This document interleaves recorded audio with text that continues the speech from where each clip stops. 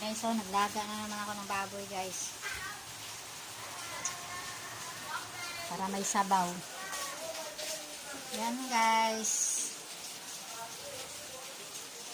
Para may sabaw na naman.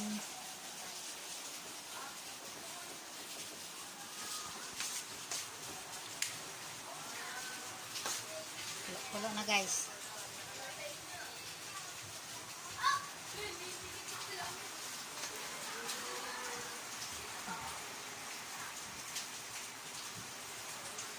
Higop yung sabaw, guys, ang aking mga mga anak na nasa labas pa.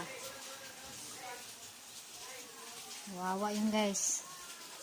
Anuhan talaga yun sa sa ulan. Mababasa talaga yun. Sapa pa naman kaming tawirin, guys, na hanggang